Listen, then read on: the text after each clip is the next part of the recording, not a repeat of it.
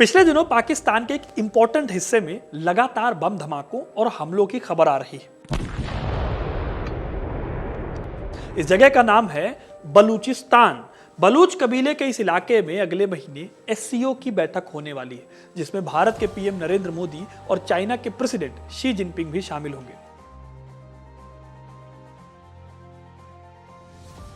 ऐसे में बलूचिस्तान में इस तरह के हमले परेशान करने वाले हैं। लेकिन क्या आपको पता है दोस्तों कि बलूचिस्तान पाकिस्तान का वो इलाका है जो आज़ादी के बाद से सबसे ज़्यादा अशांत रहा है, और इसकी वजह रही है पाकिस्तान के कायदे आज़म यानी मोहम्मद अली जिन्ना की धोखेबाजी। ऐसी धोखेबाजी जिसके चलते 227 दिनों तक आज़ाद रहने के बाद मजबूरी में बलूचिस्तान को पाकिस्तान में शामिल होना पड़ा था। क्या किया था जिन्ना ने, और क्या था भारत का वो रेडियो प्रसारण जिससे बलूचिस्तान पाकिस्तान का हिस्सा हो गया? जानेंगे आज ये पूरी कहानी इस वीडियो में, तो वीडियो को अंत तक जरूर देखिएगा, क्योंकि अपना इतिहास नहीं जानोगे तो खुद को कैसे पहचानोगे। अगर आप ध्यान से पाकिस्तान का नक्शा देखें तो आपको दिखेगा ये हिस्सा जो कि बलूचिस्तान है। 3,71,000 स्क्वायर किलोमीटर का यह हिस्सा पाकिस्तान के लगभग 40% हिस्से को कवर करता है। यहाँ पर आबादी कम है, लेकिन इसकी लोकेशन और यहाँ मिलने वाले नेचुरल रिसोर्सेज की वजह से पाकिस्तान के लिए एरिया बहुत इंपॉर्टेंट है। आज अगर आप बलूचिस्तान को पाकिस्तान के हिस्से से अलग कर देंगे तो पाकिस्तान म्यांमार से भी छोटा देश हो जाएगा। इसीलिए आज के टाइम पर पाकिस्तान के लिहाज से बलूचिस्तान बहुत इंपॉर्टेंट है। लेकिन उसी जगह पर बलूचिस्तान के लोग पाकिस्तान में कभी नहीं मिलना चाहते थे। अब ऐसा क्यों था?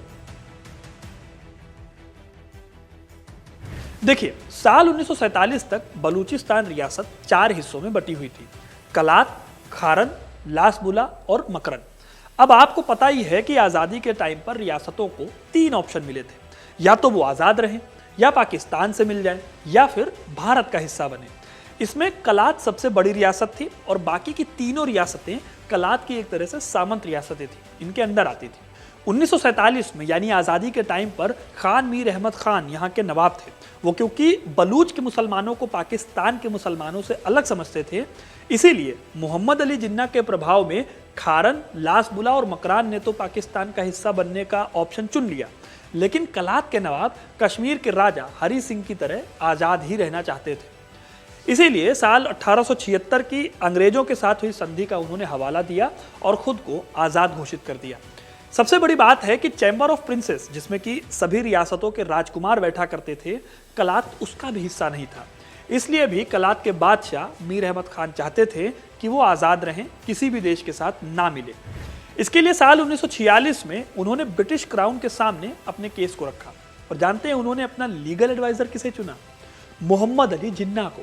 वो जिन्ना जिनके पास जिम्मेदारी थी कि पाकिस्तान के मैप को जितना बड़ा हो सके उतना बड़ा कर लिया जाए। कलात के खान ने यहीं पर गलती कर दी थी, जिन्ना को अपना सलाहकार बनाकर। आगे कहानी आपको अच्छे से समझ में आ जाएगी। 4 अगस्त 1947 के दिन आज़ादी के बस 11 दिन पहले दिल्ली में एक मीटिंग हुई। इस मीटिंग में भारत के आखिरी वायसराय लॉर्ड माउंटबेटन, कलात के खान, कलात के मुख्यमंत्री मोहम्मद अली जिन्ना और जवाहरलाल नेहरू शामिल हुए। आपको जानकर हैरानी होगी कि इस बैठक में जिन्ना ने कलात के खान के आज़ाद रहने के फैसले को सपोर्ट किया।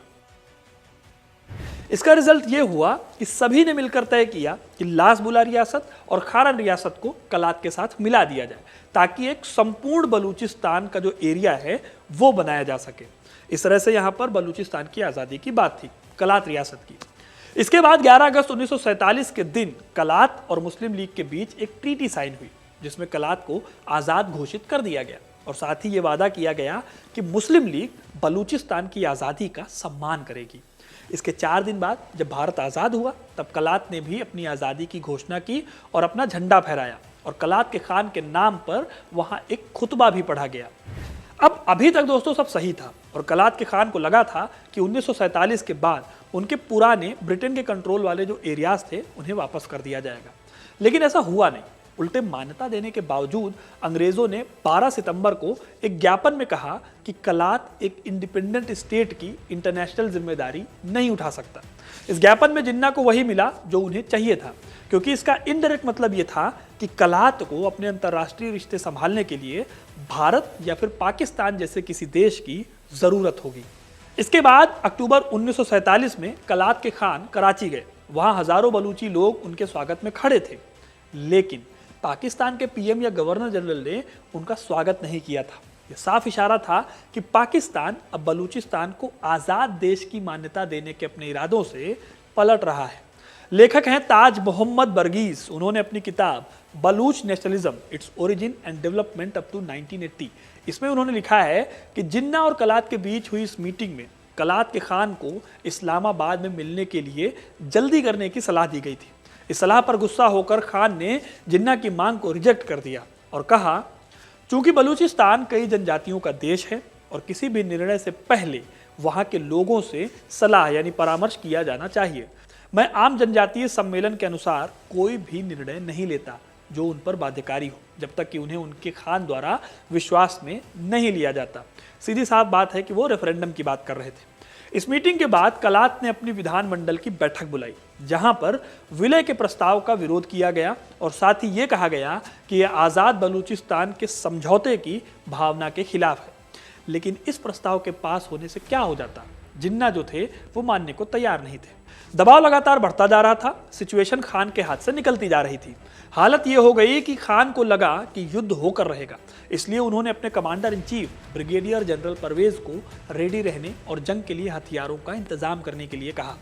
फिर दिसंबर 1947 को जनरल परवेज ने हथियारों की सप्लाई के लिए लंदन में कॉमनवेल्थ रिलेशन ऑफिस से कांटेक्ट किया, लेकिन अंग्रेजों ने यहां यह कहकर मना कर दिया कि पाकिस्तान की इजाजत के बगैर ऐसी कोई सप्लाई नहीं दी जाएगी। जब कॉमनवेल्थ से कोई मदद नहीं मिली तो खान ने बलूच सरदारों से सपोर्ट लेने की कोशिश की। यहाँ भी उन्हें निराशा ही हाथ लगी, क्योंकि 2 सरदारों को छोड़कर किसी ने भी उनका साथ नहीं दिया। अब दोस्तों, उधर जिन्ना भी इंतजार में थे। उन्होंने देखा कि खान बस समय बर्बाद कर रहे हैं। असल में उनका मकसद नहीं है कलात को पाकिस्तान में मिलाने का।